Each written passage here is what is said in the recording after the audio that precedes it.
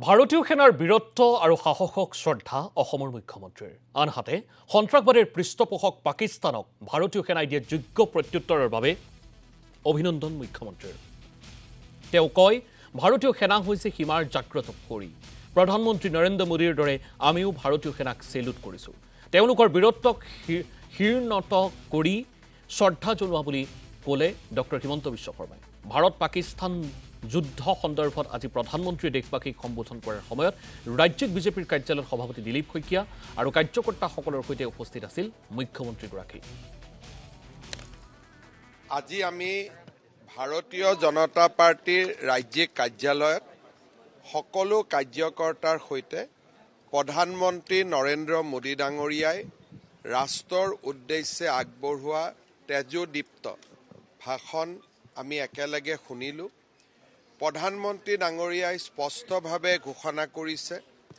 যে কেতিয়াবা যদি পাকিস্তানৰ লগত ভাৰতৰ আলোচনা হয় হি পাক অধিকৃত কাশ্মীৰৰ ওপৰত আলোচনা হ'ব কেতিয়াবা যদি ভাৰত আৰু পাকিস্তানৰ আলোচনা হয় হি সন্ত্ৰাসবাদক নিৰ্মূল কৰাৰ বাবেহে সেই আলোচনা অনুষ্ঠিত হ'ব প্ৰধানমন্ত্ৰী ডাঙৰীয়াই ইণ্ডাছ ৱাটাৰ ট্ৰিটি সিন্ধু জল চুক্তিৰ প্ৰসংগ উল্লেখ কৰি তেখেতে স্পষ্টভাৱে কৈছে যে তেজ আৰু পানী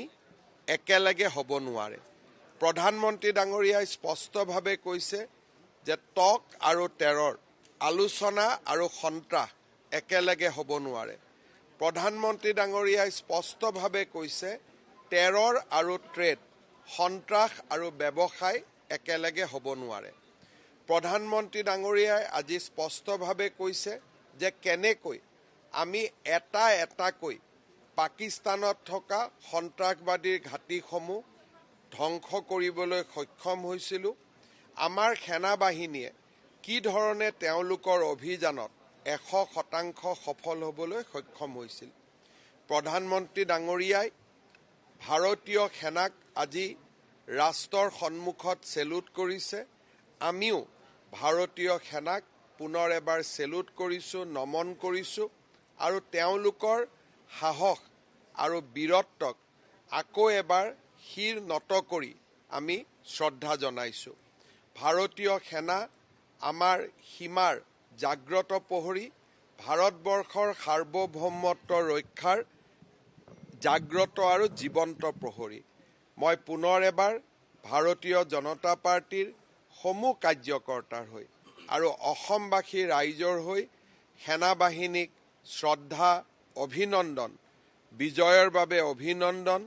বীৰত্ব আৰু সাহসৰ বাবে শ্ৰদ্ধা জনাইছোঁ দেশক সংকটৰ মুহূৰ্তত সাহস আৰু বীৰত্বৰে সৈতে নেতৃত্ব দিয়া প্ৰধানমন্ত্ৰী নৰেন্দ্ৰ মোদী ডাঙৰীয়াক কৃতজ্ঞ অসমবাসী ৰাইজৰ হৈ আমি আকৌ এবাৰ শ্ৰদ্ধা জনাইছোঁ